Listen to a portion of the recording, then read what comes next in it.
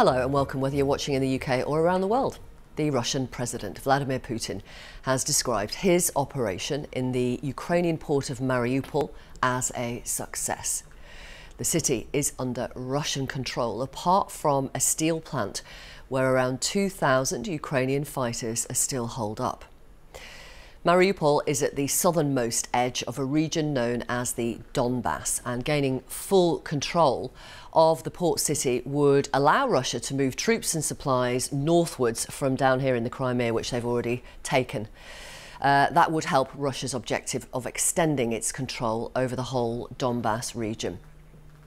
So the steelworks, known as the Azovstal steelworks, which are a massive industrial plant in Mariupol, have been the last centre of Ukrainian resistance in the city, as Simon Jones reports. Much of Mariupol has been destroyed by weeks of relentless Russian bombardment. Some civilians have been able to leave the city, but the evacuation didn't go according to plan. It was hoped several thousand would be allowed out. In the end, the number was far fewer. Ukraine's Deputy Prime Minister said an exit corridor didn't work properly, accusing Russia of a lack of control over its troops. We need a break after the shelling, after all this nightmare. We've been hiding in basements for 30 days. Ukrainian officials say they are ready to travel to Mariupol for talks on the evacuation of further civilians and military personnel. The situation in the east and south of our country remains as severe as possible. The occupiers won't give up trying to gain at least some victory for themselves through a new, large-scale offensive.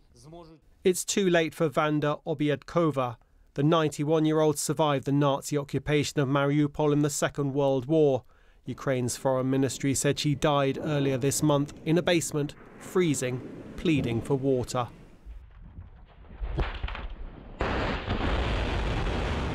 Russia has released this footage, which it says shows the successful test flight of a new intercontinental ballistic missile capable of carrying nuclear warheads.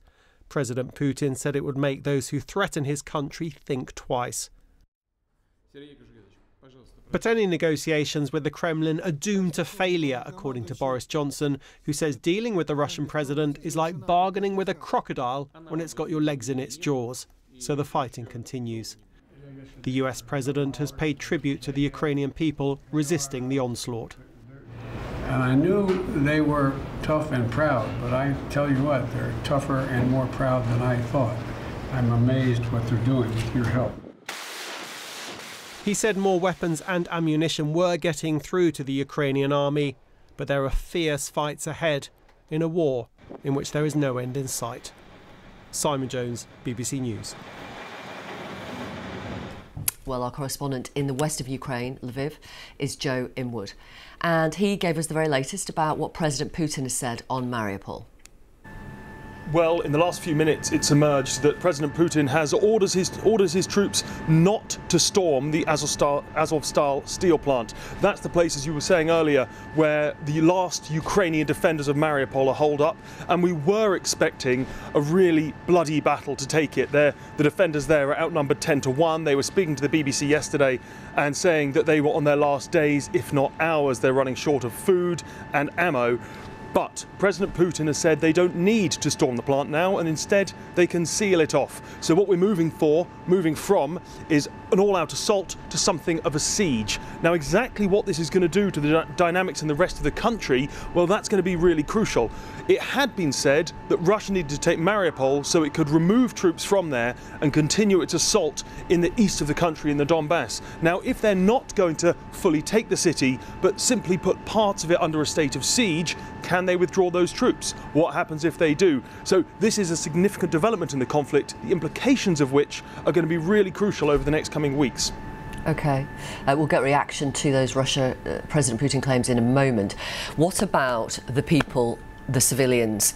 About over 100,000 are still in the city of Mariupol, and there are reportedly up to 1,000 people actually in the steel plant as well. Yeah, we understand a lot of those people are the families and friends of the soldiers who are fighting there. There had been requests to have a humanitarian corridor to get them out. Yesterday, there was talk from a wider city of getting up to 6,000 people out via humanitarian corridors. In the end, 4 buses made it out. That's it. So nothing close to the numbers who would like to leave. Those would be civilians, women, children, the elderly. They're on their way to a town called Zaporizhia now, which is inside Ukrainian territory just south of Dnipro. If we're going to see the full humanitarian corridor that's been requested, demanded indeed, by the Deputy Prime Minister of Ukraine, well, we'll find out. They've said they are open to negotiations without preconditions, but we've heard that before and it's failed to materialise before. Well, as Joe said, President Putin has been talking about Mariupol. Let's have a listen. I consider the proposed storming of the industrial zone unnecessary. I order you to cancel it. This is a case where we must think especially about preserving the lives and health of our soldiers and officers. There's no need to climb into these catacombs and crawl underground through these industrial facilities. Block off this industrial area so that even a fly cannot escape. Once again, invite all those who've not yet laid down their arms to do so. The Russian side guarantees their lives and their dignified treatment. Of course, taking control of such an important centre in the south as Mariupol is a success. Congratulations to you. I've been talking to General Sir Richard Barrons. He's formerly one of the British Army's most senior commanders, and he gave us this assessment about the latest developments. I think we should recognise that the battle for Mariupol in a military sense was coming to a conclusion where the Ukrainian defenders in the steelworks were going to be really, really difficult to defeat at enormous cost, actually, to both sides. But that defence was no longer really relevant to who controls the city and the roads that run through the city that now connect Russia through the coast to Crimea.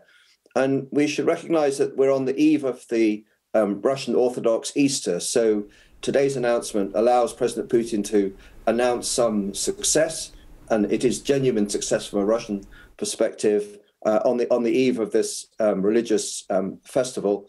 And it allows the military to not expend much more resource on a battle for the steelworks, which was militarily relevant, but to turn for what really matters now, which is the battle for the Donbass. OK, so in terms of success ahead of the Orthodox Easter celebrations this weekend, are you saying they've got Mariupol now, pretty much, that's it? It doesn't matter about the steel plant? I think from a military perspective, the battle for the steelworks was essentially irrelevant, so long as Russia is capable of connecting Crimea to Russia through the city, and they are. OK. So, in terms of who has the upper hand right now, what is your view?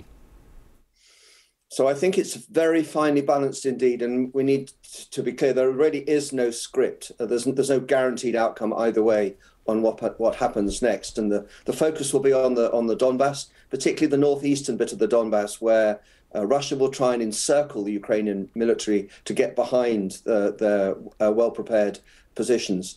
If the Russians are good enough to do that, concentrate force in the way that they're trying to do, then that will be a significant success for Russia. If the Ukrainians hold them off, and so far, and it's very early stages, but so far they are, then the Russian military will again, for the second time in this war, at a significant level, have been held back, I think at great cost, in which case we're likely to be in a very difficult stalemate, I think. Mm. How much of the east of Ukraine, how much of the Donbass region does President Putin want to take control of?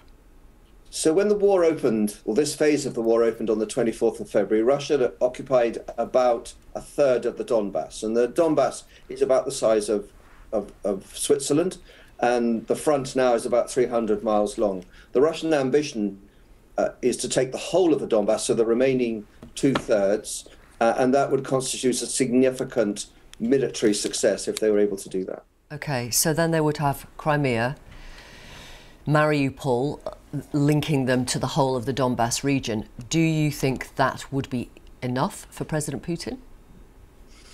So I don't think even President Putin really knows, and we obviously have no way of judging what's going on in his head. I think if the Russian activities in the Donbass produced a quick and relatively easy success, in other words, they beat the Ukrainians quickly and at low cost, then they might be more ambitious. They might turn again on Odessa. They may try and advance towards the Dnieper River, which cuts Ukraine east and west in half, and they may think again about putting Kyiv under more pressure.